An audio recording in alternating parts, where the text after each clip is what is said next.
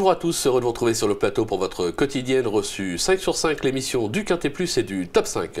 Pour m'accompagner aujourd'hui, j'ai le plaisir de recevoir Damien Cazé. Bonjour Damien. Bonjour Philippe et bonjour à tous. Damien, direction Vincennes ce jeudi, le prix Émile Alix Courbois, une épreuve pour 6 à 10 ans sur 2700 mètres grande piste, un super plateau en cette fin de meeting.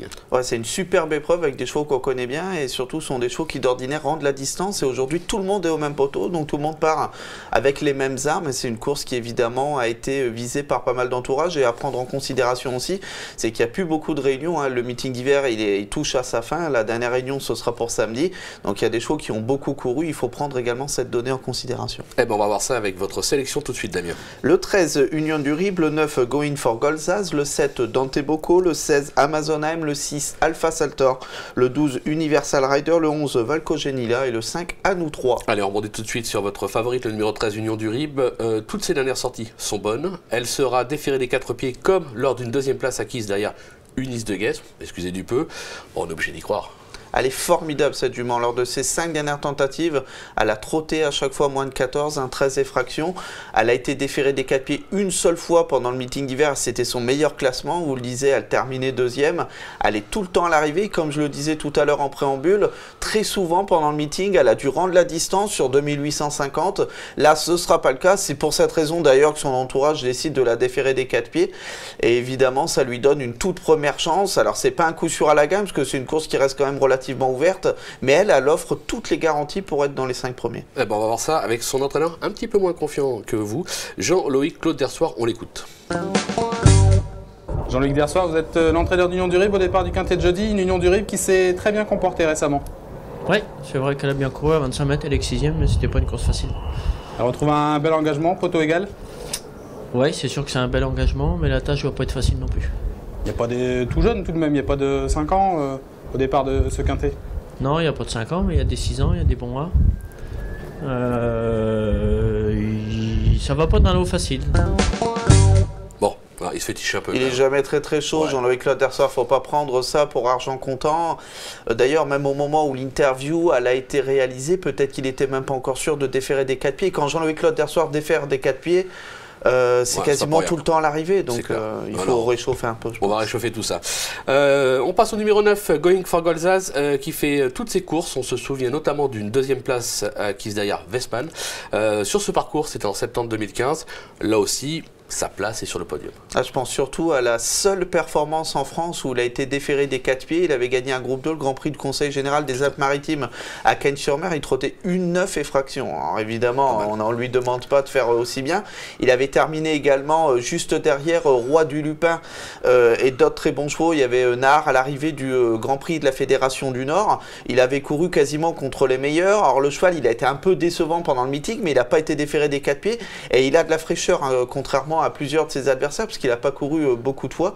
Si le cheval il fait sa valeur qu'il avait fait l'été dernier, c'est même lui qui va gagner la course. C'est clair. On passe au numéro 7, Dante Bocco, qui vient de décevoir un petit peu, à Cannes-sur-Mer on va dire, mais qui a montré des moyens à Vincennes. On va le racheter en confiance. Ouais, il a même déçu beaucoup, hein, quand même la dernière fois à Cannes. Bon, il a dû faire pas mal d'efforts. C'est un cheval, il est quand même assez dépendant du parcours. Pourquoi? Enfin, pas réellement dépendant du parcours. Il doit aller devant, mais il ne faut pas qu'il soit non plus attaqué par l'intégralité du peloton, parce que sinon il s'arrête. C'est ce qui s'est passé la dernière fois à Cannes-sur-Mer dans le Jules Rouquayrol. Mais c'est un cheval qui s'entend parfaitement avec Eric Raffin. Eric Raffin, il arrive parfaitement à gérer ses efforts, à aller devant. Et puis c'est un cheval qui va parfaitement à Eric Raffin. Il aime bien rouler avec les chevaux. Et c'est un cheval qui est tout à fait capable de faire ça. Au niveau des chronos, il a évidemment une première chance. Mais il ne faut pas qu'il nous montre ses mauvais visages qu'il avait montré avec Adrienne Colginet, qu'il a montré récemment à Cannes-sur-Mer. C'est clair. Justement, on va retrouver Gianni Kosman, qui fait partie de l'équipe Colgini, qui va nous parler de ce numéro 7, Dante Bocco, on écoute. Il est bien, il a bien travaillé ce matin. Rien à dire. Il est bien. On est en fin de meeting, est-ce qu'il est toujours aussi performant qu'en début d'hiver ou malgré tout il a quand même donné de sa personne au cours de ce meeting? Bien sûr, il a pris beaucoup de gains. Il est bien, il a eu une petite pause au milieu. Du coup, à mon avis, c'est pas qu'il est fatigué. Il est encore aussi bien, je crois. Dès lors, vous avez des ambitions pour la victoire, certainement? Oui, sûr. J'espère, normalement, 3 premiers, sinon je serai dessus. Voilà, Il serait déçu s'il n'est pas dans les 3 premiers, vous l'avez mis Il en est 3. plus chaud là. Ouais, il est plus chaud que Derswar, c'est clair.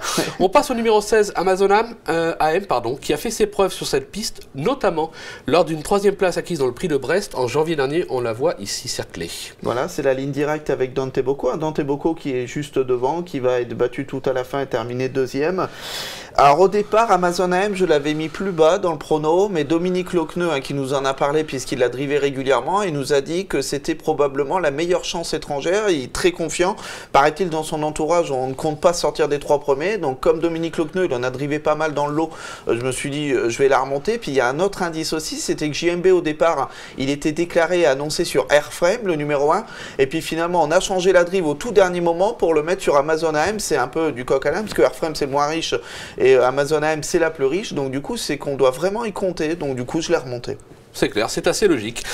Le dernier participant à votre sélection, le numéro 6, Alpha Saltor, qui reste sur une bonne sortie, déféré des antérieurs. Cette fois, ce sera déféré des 4, ça change tout. Ah ouais, parce que la dernière fois qu'il a été déféré des 4 pieds, c'était l'avant-dernière fois, il avait fini comme un avion. C'est absolument incroyable. Le cheval, il a beau être dernier à l'entrée de la ligne droite, il est capable de refaire un terrain considérable. Alors vous êtes là vraiment très dépendant du parcours, parce que vous allez être dernier quasiment pendant tout le parcours. Alors c'est un cheval, c'est difficile de le mettre gagnant ou de le mettre très haut dans un prono, ou même en basse, parce que vous allez finir vite, mais vous savez jamais réellement à quel classement. Et c'est un cheval qui vaut largement un tel lot. Il a des bons chronos, des bonnes lignes. Il a Mathieu Abrivard et les Dev des 4, il a absolument tout. Il a également de la fraîcheur, parce que son entraîneur a eu des petits pépins avec ses chevaux en début de meeting, donc du coup, il commence seulement à rattraper leur retard de gain.